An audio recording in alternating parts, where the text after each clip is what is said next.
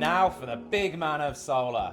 He loves big shirts, big beards, and big ideas. It's Ronald Brackles. Hey, good to see you, Finn. So you're a big blogger that's been writing about big rooftop solar recently. Yes, I'm here to talk about the reason why my last 3 girlfriends left me. The importance of going big. You want to put as much solar on your roof as possible. Why do you want to put as much solar on your roof as possible?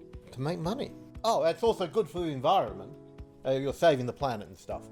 You know, little kittens and platypuses, and your grandchildren will get to play in fields and know what a whale is, rather than just, having pet cockroaches.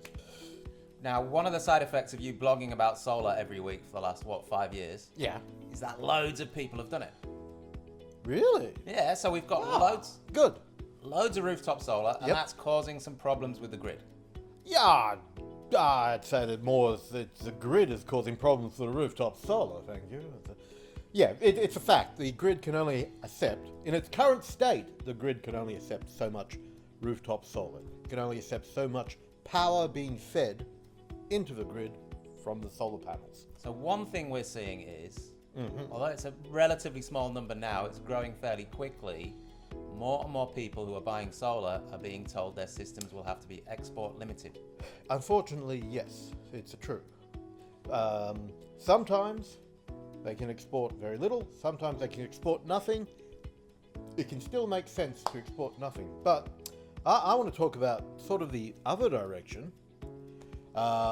You can install a bigger solar system than you would be able to have otherwise by export limiting.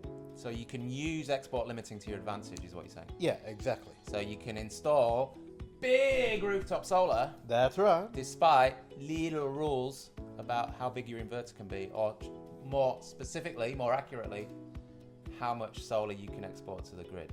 Yeah. So how can you use export limiting to put a bigger system on your roof than might otherwise be allowed? Okay, well, I'll show you a map of Australia, and if you can see this, which you can due to magic, if you're in Tasmania, Ausgrid, United Energy areas, you're pretty set. So those are the green areas? Those are the green areas. Why are you set in the green areas? Because you can install 10 kilowatts of inverter capacity per phase and export 10 kilowatts of solar power. So if you have a single phase home, which most people do, you can have a 13 kilowatt solar system, export all the power it makes, no problems. If you've got a normal sized roof, you'll be lucky to fit 13 kilowatts on it, so you're set. You can install a big solar system. If you have a huge solar system, get free phase power, you can install 40 kilowatts, export all the power it makes. That's a big system. It's big. Okay, so green is good. Yeah, that's 1/4 of the population. If you live in green, happy times. Yes. What if you live in yellow? In yellow, you're more restricted, but it doesn't really matter. I saw a post on Facebook literally this morning Yes. where there was a gentleman who was most upset. He wanted to put a 10 kilowatt inverter on his house. Yep.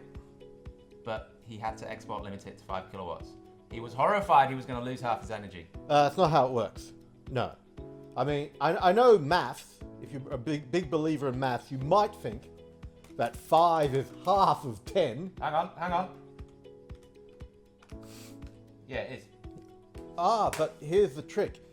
You might think you'll lose half your exports and half your generation. Doesn't work that way. You lose, for a normal household, a tiny amount. Possibly, if you put a little bit of effort into using electricity in the middle of the day, you can lose nothing. Zero. Nada. I've prepared a graph. Oh. Tell us what this graph's showing us, Ronald. Okay. This graph shows that for a house with no export limit, you can export all your power. So this represents a house with 10 kilowatts of solar panels and a 10 kilowatt. 100%. Yep, 100%. Everything you generate, you can use. And on the other side, we have a house with 10 kilowatts of solar panels and a 5 kilowatt export limit. Now, the interesting thing is, this is an absolute worst case situation, and you only lose 14% of your generation. So you get 86%. But that's not going to happen in real life, because One, most people don't live in the worst city in Australia, Canberra, which this is. I mean, the worst city for export limiting losses. And the worst city. oh, please, I've been there, and it's only bad because of the people. This place is lovely. And I take that back. And most people use electricity during the day. This is if you use zero electricity in the daytime. You're like a vampire or something. Okay, so if you Without use a some fridge. electricity in the day, that's Yeah. going to be even better. Yeah, if you have a fridge, freeze it, you're using some electricity. And this is for panels all facing one direction. In this case, all facing north. Now, if you have all panels facing east or west, you're only going to lose around 10% in Canberra. But if you have panels facing two directions, north and west, north and east, or just east, even better, east and west, it'll murder your losses. You'll have next to none, hopefully. I have to check that with There's some a more. technical term for that, Ronald. Yeah? Bee's dick. Oh, yeah, yeah. So there'll be a bee's dick between 10 kilowatts of panels, 10 kilowatt export limiting, and 10 kilowatts of panels, and 5 kilowatts export limiting if you have an east-west array and you use electricity during the day. Yeah, that's right. Good to know. Mm-hmm. So that's good news for people that want to go big. Definitely. Because there's a lot of people think, oh, I can only have a 5 kilowatt inverter, I can only have 6.6 kilowatts of panels. Nah, doesn't work that way. Right. You can whack in a bigger inverter. For half the people in the country, put in a bigger inverter and say 10 kilowatts of panels, twice as the inverter export limit, you're fine. Now here's a question for you. Yes. If there's so much solar, it's Yeah. been so popular in Australia that the grid's filling up, should we really be installing more solar panels? Yes, because it saves people money. That's a financial incentive, and it's good for the environment, and it lowers the cost of electricity, so it's to everybody's financial advantage. And they get to live if they care about that. So the more generation, the better. Yeah, of course. Cheap energy is good. You know, only like people who own coal power plants and stuff say low electricity prices are bad.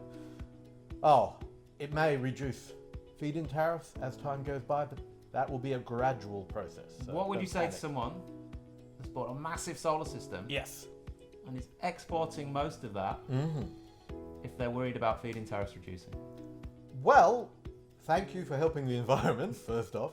Two, yeah, the way it works is feed-in tariffs will fall, then they close down a big coal power station because it's not making money, then they shoot up again, and the process repeats. And we got a lot of coal power stations to get through. Yeah, we will end up with low solar feed-in tariffs, but they'll never be zero because, well, there are cloudy days. There are in winter, and cold periods, hot periods. We'll be wanting that electricity. Just many days it won't be worth much around noon. So to summarise, the big man's advice on big solar: go big, Go big. fill your roof. Fill your roof. The more solar panels we have, the quicker we shut down coal-fired power stations. Exactly. And for most people, the better off you'll be. And you think about the future as well. Batteries are coming down. Home battery systems will, at some point, hopefully soon, become affordable and reliable. Also, there's the electric cars. How many kilowatt hours of battery storage do you have in your electric cars? Oh God, here we go again. We've got the Model S, Yep. plus the Mini Cooper SE, Yep. That's got plus to the be. Tesla Powerwall, Uh-huh. 130 kilowatt hours. All right, that's a lot. So you've got over 110 kilowatts just in your cars. Yes. So you can suck up any surplus electricity you generate. And most people in Australia, less than half the cars are at work during the day. And for the last 30 years, we've had electricity at workplaces in Australia. You might not know that if you're overseas. So that's not a huge problem either. I'm desperate I'm installing more solar. I've got 6 kilowatts on my roof, which 2012 was a big system. Yeah, oh yeah. It's tiny now. Well, yeah. I'm slapping solar on every roof face. North, south, east, west, Yep. kennel, the shed. I'm putting a solar panel on my arse tomorrow. What is that? 4 gigawatts. And there we have Australia's real largest residential solar system, the one proposed for Ronald's house. Remember, folks, go big, then go home and use all that lovely solar energy to power your lifestyle, power your transport, power everything. Yes. Especially stuff that's being powered so dirtily at the moment.